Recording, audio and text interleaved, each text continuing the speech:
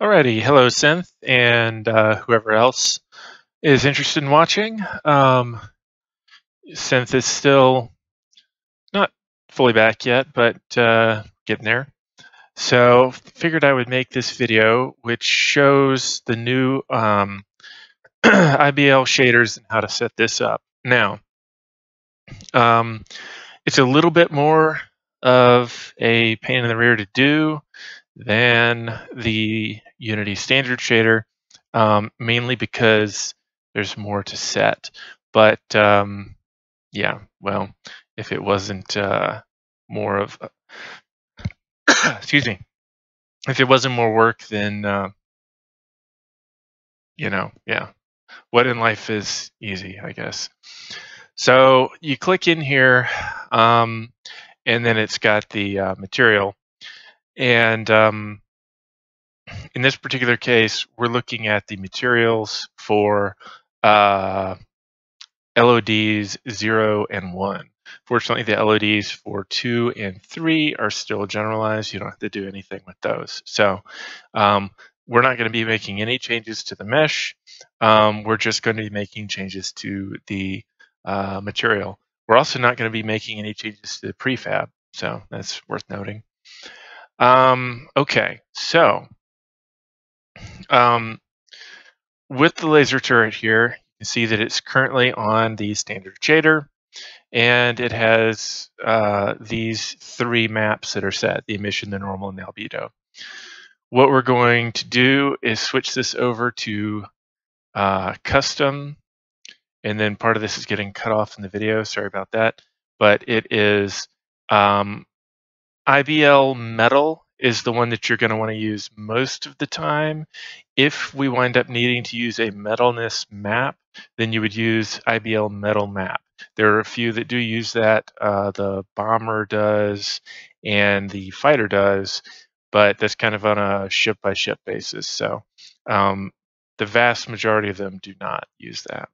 So we choose IBL metal, and because the names of some of these textures are different, it doesn't translate over a few of the things, most notably the normal and the emission texture. And so since the emission tint is set to white and there's no emission texture set, that means that the whole thing glows white. So this is not a problem, what you're seeing here. What you do is you come on in and you take the emission texture from before, drag that on in, then take the normals, drag that on in, and then the next thing you're going to want to do is you're going to want to set the reflection. And when you click into that, it will give you a list of cube maps that are in this project. Please use the one that's just called cube map. Yeah, creative. And what that does is that sets up the actual image-based lighting reflectivity of the object. Now, what you can see here is that the defaults on this don't look super hot. It's very, very, very, very dark. So the very first thing that we need to do is let's go ahead and just work on that emission first. That's the easy part. So emission tint you can generally leave as white, but let's crank up the emission power a little bit. How much you do it is very, very, very much based on the actual model in question, because you want to get it enough that it's got a nice kind of electric glow to it and so forth, but not so much that it turns white. You still want some color to it, because the brighter it gets, the more and more it trends towards white. So, okay, 2.28, fine, that's good enough for me.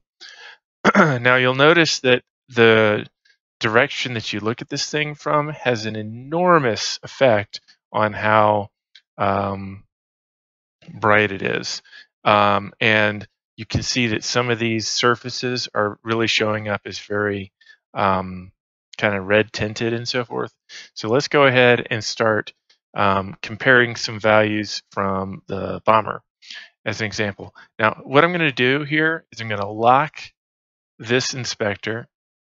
Now I'm going to, and you can't see this very well, but it says Add Tab, and then underneath that, here, I'll move this so you can see it. So we've got, this thing right here, Add Tab, and then Add Inspector again. Now, at this point, we've got a second inspector, which I'll just stick here. This inspector shows whatever I've got selected. The one that I locked will keep showing whatever it was showing when I locked it. So now I'm going to double click into the bomber. So this one changed, this one did not. Now I'm going to click into bomber UVs and select that. Okay, so now I've got this thing. So now I can compare the two. The normal power, this specifies how harsh the normal map is. Usually 0.11 is pretty good, but it kind of varies sometimes. The amount of gloss, that affects a lot of things. Actually, let's use the Corvette as a better example. So missile Corvette here. Okay. This is the bomber is a bad example for this one because it uses a metalness map. So, okay, with the Corvette, one of the things you can see is it looks kind of rounded and kind of shiny.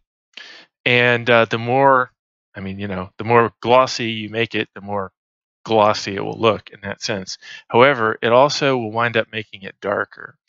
The reason for that is there's not a whole lot of light in this scene. There's not any ambient light at all. It's all directional.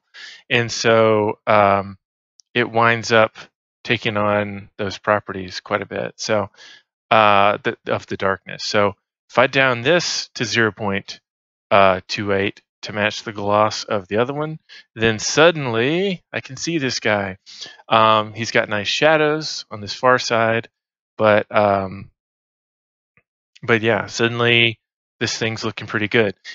You can look right next to each other here. Look how this is a standard shader here on this other turret. It's still way more dull and so on than our nice one here with the new shader is. Now, some of this is coming off the image-based lighting, but exactly how much is hard to tell. One of the reasons is, yeah, and I did a weird thing with the Fresno reflection being backwards on the Corvette. So Fresno Effect, I'll go in and open this in Shader Forge so you can see.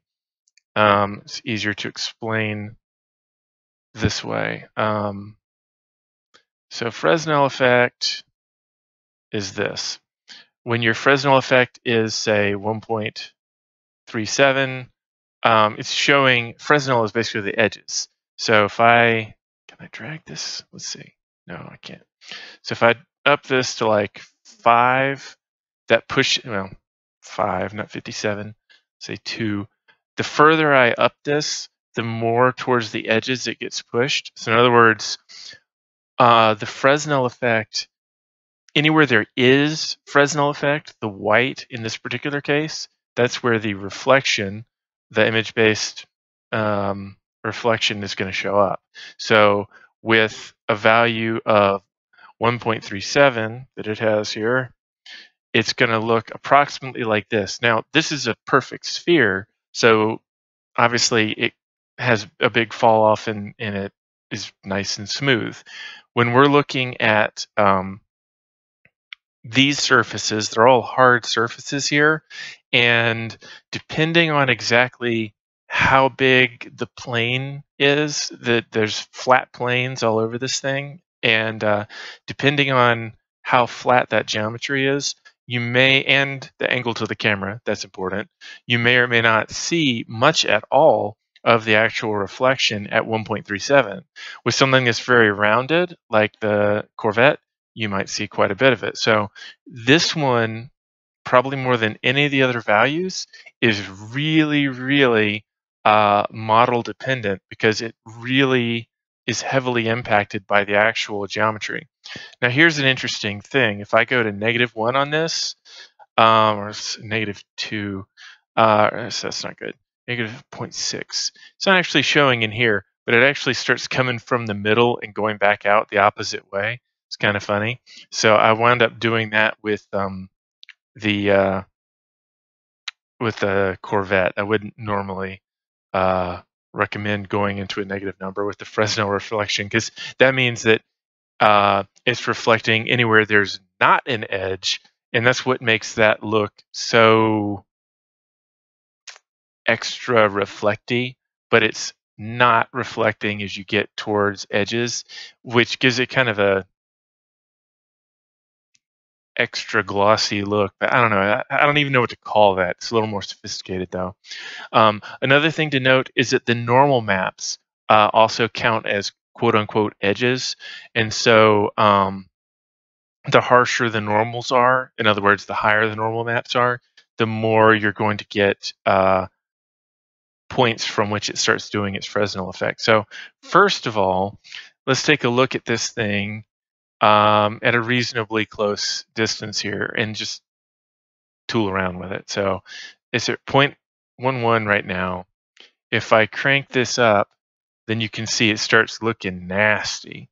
Now, the reason for this is you get all this weirdness and distortion because of a mixture of the Fresnel reflection as well as the way that the gloss and the specular lighting and so forth starts impacting it and starts looking like it's been embossed. We don't want that. So you're back down to 1, which is the default. I mean, that is the normal map as it would normally be used. That's still far too much. This particular shader is very sensitive to the normal maps, which is why I have it default to 0.11. However, depending on how exactly the normal map was created, 0.11 may be pretty flat. If you go to 0, this is what it looks like with no normal map whatsoever. You don't get any of those cool details and so forth, and instead it's completely flat. And in fact, a lot of the details look like they disappear. And what you're seeing there is just raw geometry instead. So you don't want that. So there's some sort of happy medium, and it's not something that is a very exact science. The more you crank it down, the less detail you get. The more you crank it up, the more it starts looking messy and embossed. So there's kind of a middle ground. 0.11 is usually pretty happy. You can crank it in some cases, especially on something that's going to be small that you're usually viewing from a little bit more of a distance. You might crank it up slightly more than you would on something that, for instance, is huge like the Arc. So, because normally I'm going to be seeing it from here versus seeing it from like right up on top. But this even looks pretty good right up on top of it, but I can still see details here. Versus like with the Arc, the details are painted pretty broadly. So, all right, so we're getting there. 0.195 on this one. That seems pretty good to me. So at this point, I haven't really chosen a gloss value. I just put it down somewhere that I can see. The next thing to look at here is the additive specular and the speculative power. Specular power. So specular refers here to the highlights. And so you can see this by, if you just mess around with this, if you set this to 0, then basically what you're saying is this thing doesn't glint at all. And that winds up not looking super metallic. It looks a little bit metallic, mostly because of the Fresno effect, but it's not very much so. Leaving this at 1, 9 times out of 10 is going to be fine. What you do see here, though, is this has got a very bright glint in some cases, and it's got a very orangey, kind of a tannish, orangish, yellowish sort of tint to it. That's because this specular color here gets added to it. So if it's perfectly black, nothing gets added to it whatsoever. If it is that orangey color, then it will take on some orange tones. Now, the directional lights that are in the scene that get pointed at all the ships. Those change colors based on the scene. In this particular scene, it's just a white light, and so it winds up looking very plain and less interesting that way. But in some of the other scenes, it will wind up combining with it, which is nice. So what you can do is two things. One, if you think that this is a good color, but maybe just a bit too much, you can down it some or up it some. And if you just go straight up and down, the color and everything stays the same, but the amount that it glints changes. The next thing you can do is with this bar right here, if you think that overall this should not have kind of that reddish hue to it, which I think this shouldn't, then you can shift it over to something else.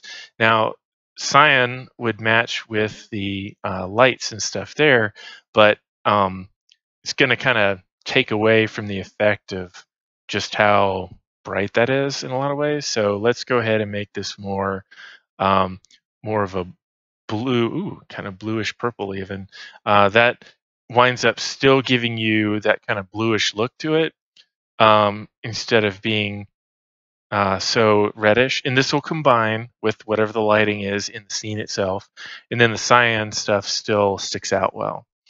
Okay, now coming back to the Fresno effect. So that's the gloss and the speculative power, specular power. I don't know why I keep saying speculative. You know, if you go too low on the gloss, then it goes, you know, absolutely nuts. 0.28 actually seems not all that bad, but each one of these things unfortunately impacts the other. So as soon as you change one thing, then the other things change. Just kind of a tweak, tweak, tweak, tweak, and you wind up, you know, not really settling on any values till it's done.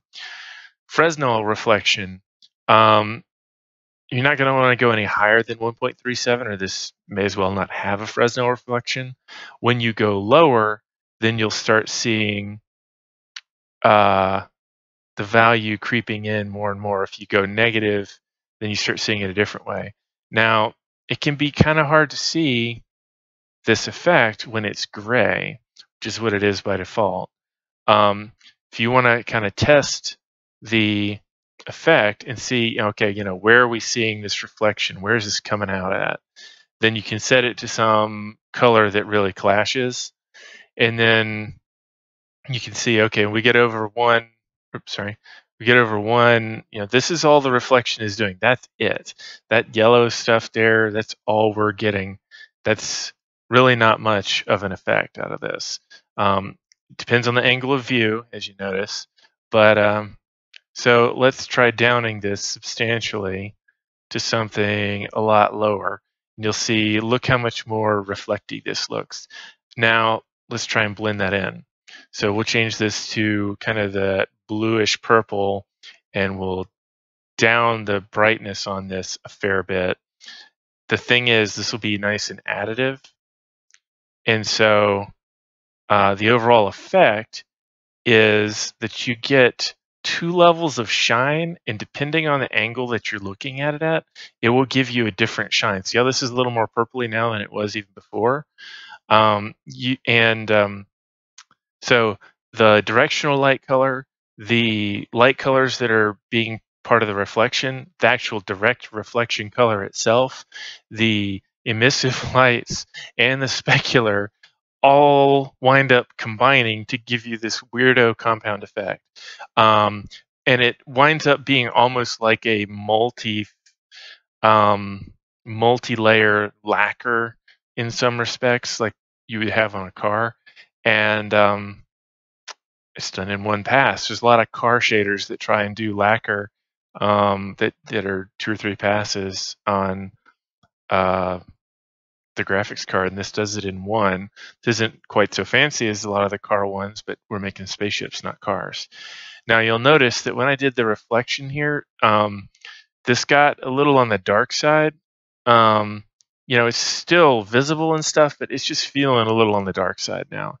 So at this point, because I'm happy with how the colors look, like it feels non-garish, that means I probably just need to down the gloss a little bit. One other thing you can do is up the albedo tint. That's something that that's something that makes the albedo, the actual texture itself, in the absence of anything else, show up more.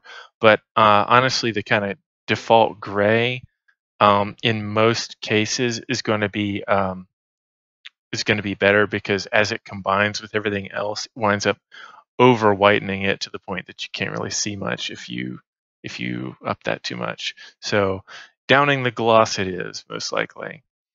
So if I take it down to here, then this no longer looks quite so dark. When I see this from a distance, you know, I can see the cyan really well, and the actual model itself looks good. And yeah, I think I'm done. So then I hit save, and then I hit save all assets just to make sure that it actually took. And it did, so that's good. Now what I'm going to do, click on this one, laser turret. So I'm going to have this selected here, and I'm actually going to lock this one. And I'm just going to do one more, because why not? So we're going to go into the needler turret one, and we're going to do this one quicker. And I figure that having a contrast between two is helpful. So this is what it looks like right now, and it's kind of dull and scratched up. Let's see what we can do. Needler turret. I'm going to go ahead and lock this just to be there. Standard, custom, IBL metal. Ah, my eyes. So then emissive texture, and the normal map. And oh my goodness, this looks terrible. So very first thing, let's just go ahead and down the gloss some. Now, what you're going to notice here, oh, I'm glad I'm doing a second one because this is important. What you're noticing here, I mean, this is like headache-inducing bright, right? And that has to do with the specular. The reason that it's doing this is because this is a really large curved surface at this point. This one was super angular. This one is super curved, and they wind up needing slightly different bits of love there. So for some reason, my Fresno reflection is set to -6 by default. I guess I accidentally updated that shader at some point when I was making changes there, which I don't like. I'll fix that. This should be, let's down this some. This is another reason why it was acting weird though. I got to go ahead and select the cube map. It's actually kind of cool, the bright red. I mean, it's way too bright right now, but let's crank up the actual emission again.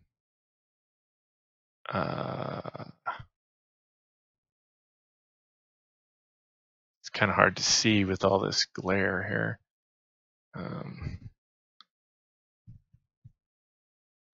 Yeah, and that just went straight to white. So, all right, down to our cyan, and the rear still looks okay. All right, so 5.17, whatever. Now, the additive specular winds up making the whole specular process brighter in general. So you could down that by downing the specular power, or you can down it simply by doing this, like I was showing. Possibly just downing the additive specular in this particular case for a nice rounded one. Well, see, that winds up starting to look kind of burnished and coppery. Not sure how I feel about that.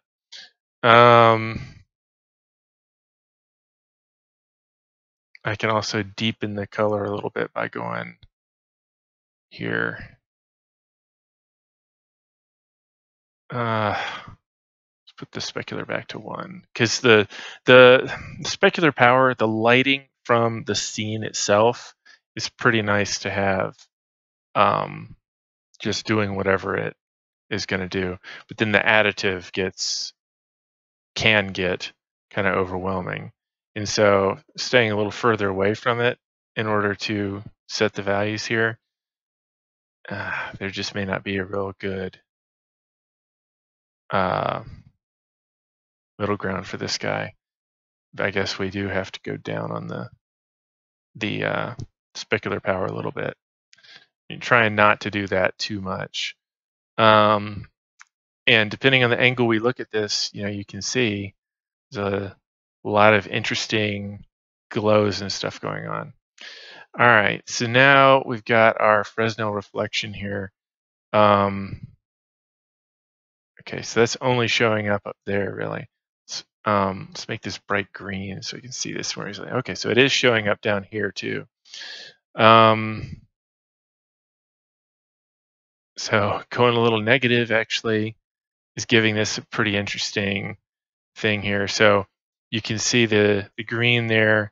You see how it kind of shimmers around the sides and everything. This can kind of take the place of some of the specularity. So let's take this and put this more in the orange area, and we'll make it a lot dimmer. But this gives us our two-tone reflections. That's a little bit too dim, I think. Okay.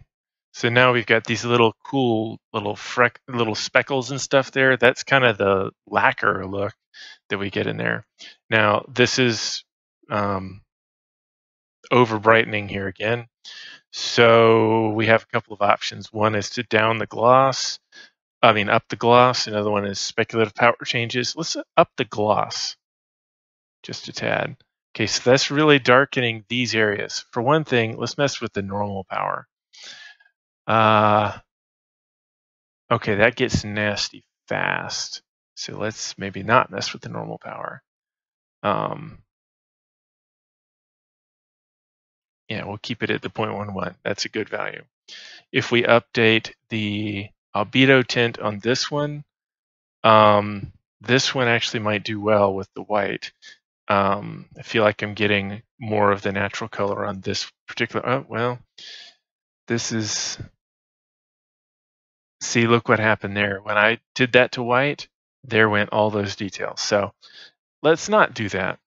In fact, we might be able to down this slightly. Ooh, look at that. Downing the albedo color slightly.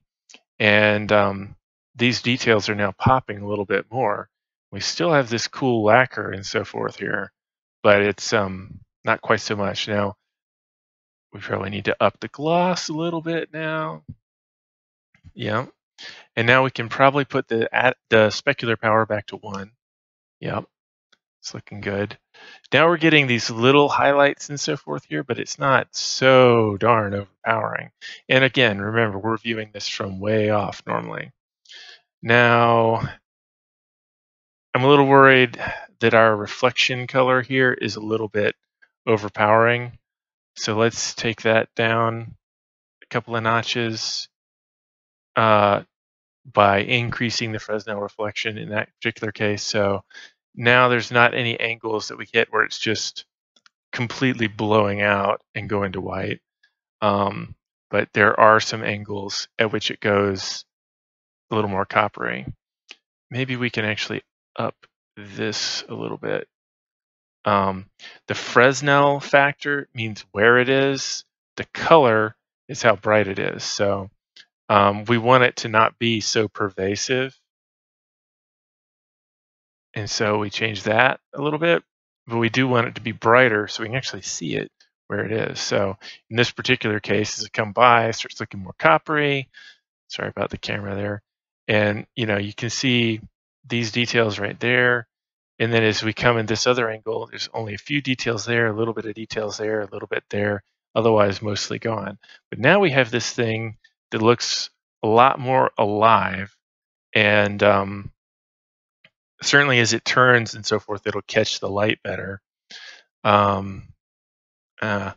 Looks like these are being whited out by the emissive power, which I can tell now. Okay, so let's set that to 2.65. Turns out not nearly so bright as I had it before. Ugh. All right. Actually, we'll leave it at 3.89. And what I'm going to need to do in this particular case now is show this in Explorer.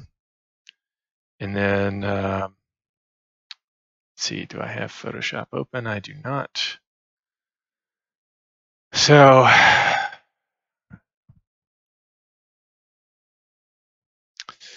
the Needler turret emissive, bring that in here. Now, there's a couple of different sections here. This one, can take a pretty good guess, is the, hey, stop that, is the ring on the end here. And this whites out really fast. So let's get this at the back looking the way that I want it to. So that's awfully bright. One moment. Nothing like spam calls. All right, I'm back. Okay, so this seems good for the brightest element, which is this. If it's too dim, then this starts showing kind of weird. If it's actually that, if it's a certain amount dim, it looks kind of cool. What do you know? All right, well, never mind. So we can close this after all and not have to change anything. Otherwise, we could have just dimmed them. Use the, close it now. You select what you want to change and then hit Control U and then just adjust the lightness down, and that adjusts the brightness. Think of each of these as like a little lamp. And as soon as you save this and then click back in, then it will automatically update it in real time, and pretty handy. But we don't even need to do that, which is nice. So yeah, this thing looks a lot more alive. It looks a lot more metal. It's a little bit washed out in some areas when you wind up looking at it at a certain middle distance. When you look at it really close, it looks quite nice. When you look at it from the distance that you would normally be seeing it from, it also looks quite nice, and it has a really nice sense of adjustment to it as it goes. So, you know, like it flashes a bit like a fish that's swimming or whatever. All right, so saved all outstanding assets in 0.39 seconds. And I can come here, and when I commit this, I will see that my shader got messed with a little bit there when I was just showing that around, so I can revert that. And I was apparently working on something else. And so